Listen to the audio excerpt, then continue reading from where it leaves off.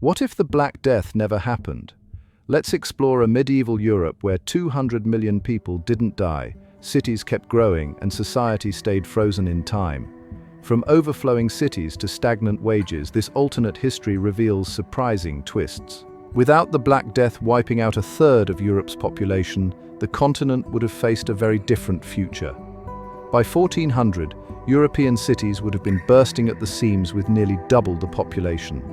Paris might have reached 200,000 people instead of shrinking to 80,000. London could have grown to 100,000 rather than falling to 40,000. This massive population would have put huge pressure on medieval farming methods. Food would have become scarce and very expensive. Cities would have expanded rapidly, with wooden houses crammed together and new districts sprouting up outside city walls. The countryside would have struggled to feed all these extra mouths, leading to more forests being cut down for farmland. Without the plague's tragic reset button, Europe would have faced serious growing pains as it tried to handle all these people. The Black Death actually helped end feudalism by giving peasants more power to negotiate better conditions. But in our plague-free timeline, the feudal system would have stayed strong much longer. With so many workers competing for jobs, nobles could keep wages low and maintain strict control over their serfs.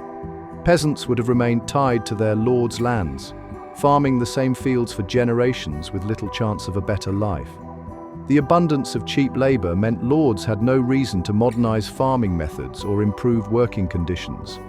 Cities might have grown, but most people would have stayed trapped in the countryside under their lord's control.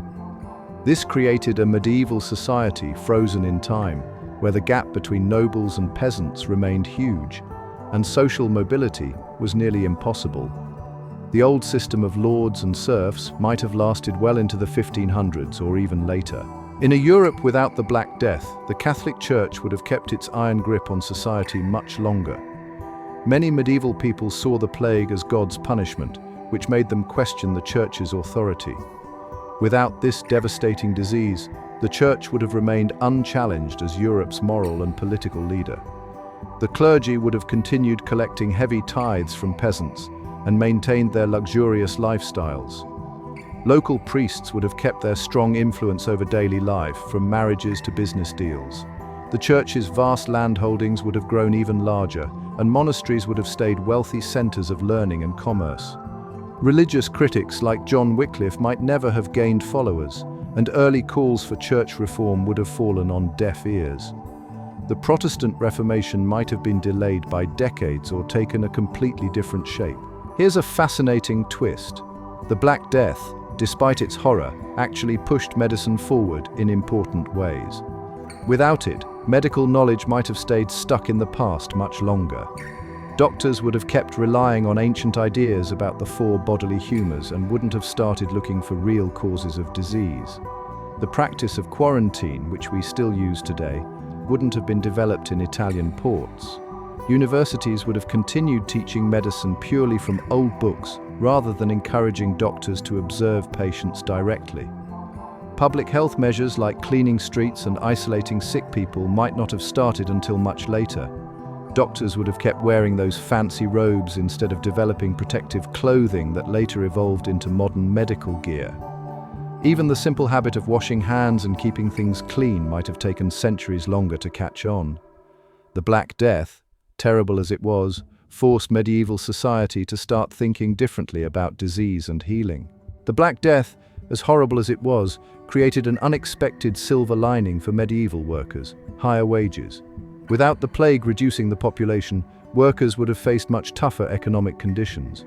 With too many people competing for jobs, employers could keep wages extremely low. A medieval carpenter, who normally earned 3 pennies a day, might only get 1 penny, barely enough for bread.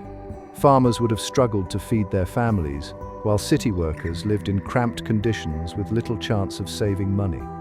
The nobles and merchants would have gotten richer, while ordinary people stayed poor. Trade would have grown, but most profits would go to wealthy business owners rather than workers. This created a medieval economy where the rich kept getting richer, while most people barely survived on low wages.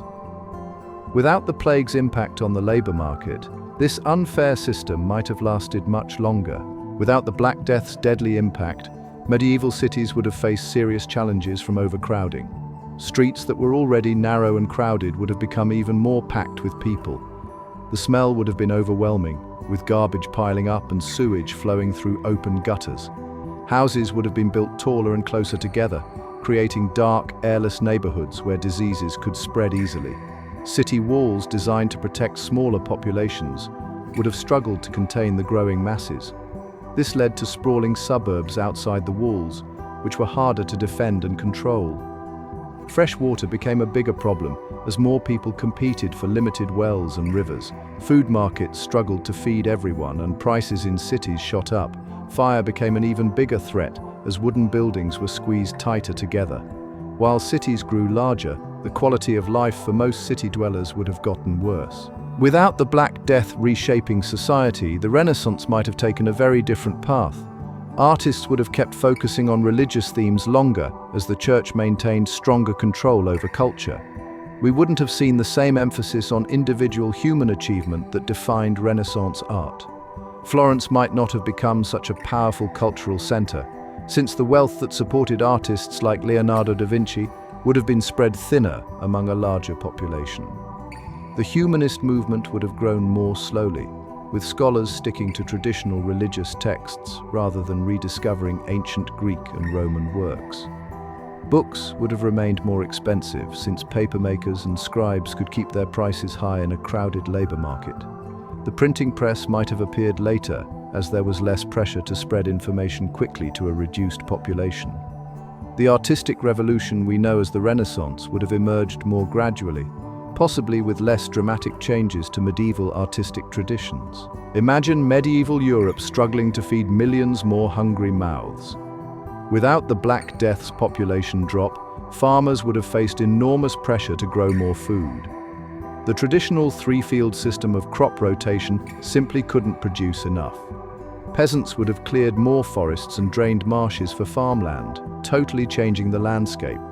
Food prices would have skyrocketed, with a loaf of bread costing 3 times more than usual. Poor harvests, which happened every few years, would have been catastrophic. People would have turned to less nutritious foods like peas and beans instead of wheat. The nobles' fancy dinners would have continued, but most people would have eaten less and less meat.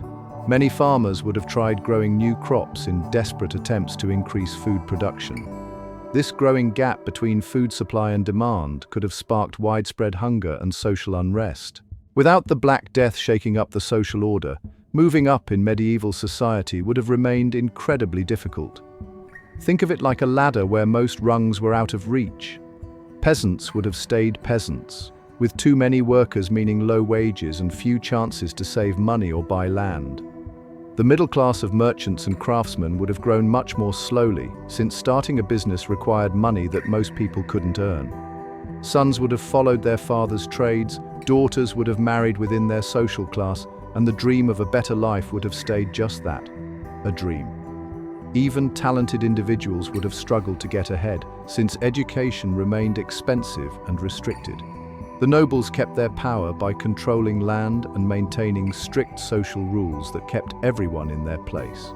Without the Black Death's massive impact, other forces might have eventually shaken up medieval society. A series of unusually cold winters could have triggered widespread crop failures, forcing changes in farming methods. Growing trade with the East might have slowly introduced new technologies and ideas. The rise of wealthy merchant families could have gradually challenged noble power through their economic influence. Universities might have become centers of new thinking, spreading knowledge that questioned old ways. Islamic scholars' works could have sparked a scientific revolution as their texts spread through Spain.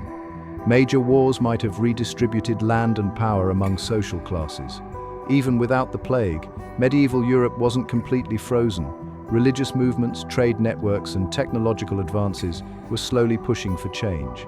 These gradual shifts would have taken much longer to transform society than the plague's sudden shock. Thanks for joining us on this fascinating journey through a plague-free medieval Europe. If you enjoyed this alternate history exploration, don't forget to like, subscribe, and share with your history-loving friends. See you in our next historical adventure.